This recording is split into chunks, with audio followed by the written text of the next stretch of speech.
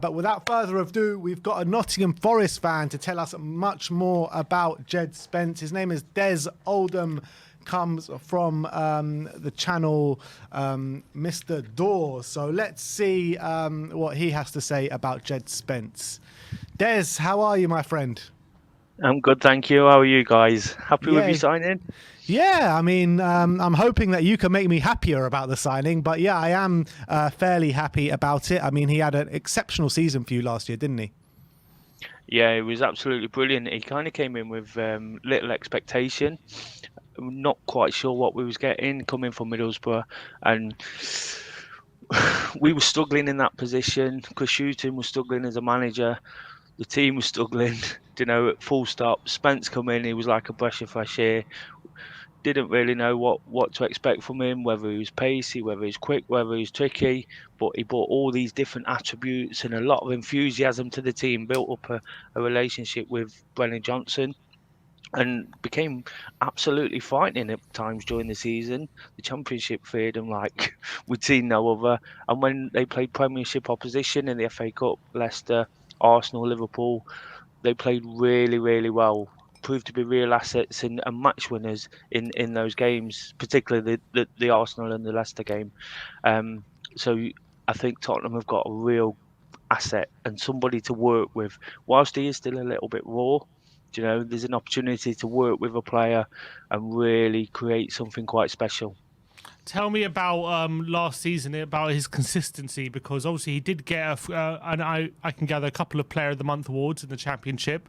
I think was he nominated for Young Player of the Year as well during the season. But was it a case of he had a few sparkling performances and then was off the ball sometimes, or was he very consistent week in, week out in how he performed? When he came in, it was a little bit inconsistent. I wasn't quite sure about him, to be honest, and as a Forest fan talking to Spurs fans right now, I'd say that you've got to give him a little bit of time just to bed in. But after that, he became really, really consistent every week, putting in 8 out of 10 performances, some weeks 10 out of 10. He was playing below his level. There is, to be honest, there is 1 or 2 games where his level just does drop off a little bit. Got to work on his concentration a little bit. Perhaps his attitude at times, which has been questioned in the past, is not perfect. But again, he was playing sort of below his level, and I'd expect him to make the step up, be quite consistent. But there is that one or 2 games, and defensively, he just switches off a little bit. His attacking prowess, he's got a trick in him where he can beat a man and he can link up with that right-sided player, and also chip in with 1 or 2 goals. He appears on the edge of the area, and he scored 2 or 3 important goals for us as well. Yeah, talk to me a bit about that, the attitude that he does have, because obviously that was a reason why he left Middlesbrough, falling out with Neil Warnock and all that. Under Antonio Conte, stuff like that really won't fly. So do you think that Antonio Conte, he's able to shove that out of his game, the attitude? But not too much, because Antonio Conte likes a bit of attitude in play, you know what I mean? Yeah, of course. And I think Steve Cooper's pretty much the same. Steve Cooper's a sort of an all-round manager. He looks after people. He works on relationships. I think Spence matured a lot in his time at Forest. There was an incident in a big playoff game where the Sheffield United manager sort of pushed the ball into his midriff, and it would have been easy for him to flip and sort of create a mass ball, and he just took a step back, and he just sort of looked at the situation as everybody else piled in. So I'd say he's definitely matured, but he needs that manager to kind of put his arm around him, look after him, nurture him, probably tell him when he steps out of line, before he gets too far out of line, if you know what I mean. So if Conte can do that, the ability's there, the rawness is there, the enthusiasm, the potential. I'm sure that's what a lot of it's about with Spurs signing such a young player from the Championship. He definitely got an asset, definitely got somebody who can be developed into a real good solid player. Occasionally, I've seen 1 or 2 sort of moments where his head's gone a little bit. I remember a game when Forest played down at Millwall this season, and that was basically back in his own territory. He's a Lewisham boy, And I turned around to a friend who actually sort of worked with him growing up, who was attending the match with me, and I says, is he a bit hot-headed because of where he is? And he kind of said, potentially, So again, going back to London, it might just be a case of settling him down a little bit, letting him settle back in. He's going to have a lot of people around him down there, I guess. A lot of his friends and family, and it'll just be a case of sort of just letting him settle in, and then I'm sure you'll see the best of him. You spoke a lot about how dribbling he's very effective and taking people on. Obviously, how Conte likes to play his wing-back system, they have a lot of attacking responsibility and getting to the final third, crossing into the box, decision making. How good is he, would you say, when he gets into the final third, picking people out, and maybe his crossing ability as well? How highly would you rate that? Very highly. I think that's actually the biggest strength in his game. The final third, to say he's naturally a wing back, right back, whichever way you look at it, his real strength is that final third. He's got that trick in him. He can link up with the right winger, the strikers. He appears on the edge of the box. There was a goal against Leicester where he's scoring inside the 6-yard box because he's played a 1-2.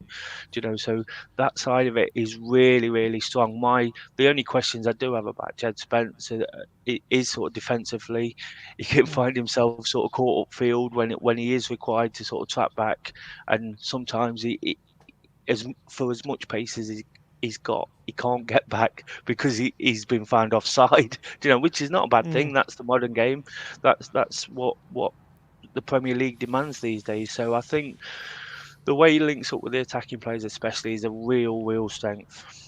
But would you say, if a striker's running in the box, you need and you got Spence on the right hand side, he needs to pick someone out. He has the ability to do that, confidently. Yeah, it's probably a little bit of work to do on his actual crossing. Sometimes he can overhit it a little bit, but when he's playing it around neatly on the floor, he's very tidy. He gets to the byline himself and he can whip it across. He's from a sort of dead ball position, or one where he's looking to perhaps find Kane at the back post. He's probably got a little bit of work to do on that, but it's not as if it's a weakness in his game. He's also got a bit of a shot on him as well. He scored a goal against QPR this season, which it was incredible. We were struggling in that game, and just after half time he pinged one from 30 yards into the top corner, which was a fantastic goal, probably the goal of the season for us. And yeah, his crossing just perhaps a little bit of work if we're being mega critical, but it's kind of not his game as well. He's the player who sometimes gets in beyond the winger and pulls it back across, to sort of in front of the defenders. We were speaking yesterday on our show when all the news got released, I was saying that, if you bring in someone like Djed Spence, you can mould him, and in a year or two, you could be talking about him in the same ilk as maybe someone like a Reece James at Chelsea, who also played quite consistently in the Championship. Do you agree that Djed Spence could really have the opportunity to explode now he's at Tottenham? I do. I think the sky's the limit for him. There is a potential, obviously, because of this attitude we've spoken about, of it not quite working. In many ways, I'm 50-50, but I do believe, because I like the player, I like what he does. I like the way he was nurtured under Cooper. I know Conte's not going to take any messing about. I think with the right management, the sky's the absolute limit. I'd imagine he'd be pushing sort of Trent Alexander-Arnold in the England team, really sort of pushing up that level. I've seen him, he's made a few sub appearances for the under-21s, and I look at the other players who are sort of keeping him sort of lower down the order, and I think, I see a lot of him. I don't see as much as the others, but I think he should be in that under-21 team at least. Yeah, and do you really believe, in terms of the fee that Spurs paid for him, 12.5 million, looks like 12.5 million plus add-ons raising to 20 million. What's your opinion on that kind of fee? Is it a good deal for Tottenham, or have we overpaid? No, I think it's a fair fee, and I think Tottenham have driven a hard bargain. Ultimately, I think there was no competition there, were they? Forest had moved on. Forest have been quite ruthless in their transfers. If players haven't signed quickly, they've moved on to the next target. So I think Spurs were in a good position. Probably drove it down a little bit. Ultimately, if he performs and does well, they're quite prepared to pay up to 20 million, but 12.5 is a real good deal. What sort of irks us as Forest fans a little bit is we could have probably signed him for about £50,000 last year, Yeah. this Wow. time last year, and now he's a player that's worth 12.5 million, and he is worth every penny of that. You know, there was rumours after sort of 6 or 7 weeks that we might sign him for 5 million in January, and we'd have just snapped the hand off, even in the Championship, without knowing we were going to get promoted or things like that. So yeah, I think 12 million, 12.5. If Forest would have had that option straight away, I think they would have sort of snapped him up and taken it without batting an eyelid. Well, Des, I'd like to say thank you so much for coming on. You've given us some really good insight into Djed Spence, and congratulations for promotion. We'll see you very soon. I believe 3rd or 4th game of the season we're playing you, aren't you? You're looking forward to it? I am looking forward to it. It's one of those, isn't it? Before the TV fixtures came out, I was looking at what potentially were there, and Nottingham Forest versus Tottenham Hotspurs. It just says Premier League from years gone by, doesn't it? It looks like a Absolutely. Premier League fixture, so I'm looking forward to the TV game at the City Ground. Absolutely, and I'm looking forward to, we'll do all our pre-match build-up as well together. So everyone go and subscribe to Door on Tour, brilliant Nottingham Forest channel. Des, thank you so much for coming on today, and we'll see you soon. Thank you.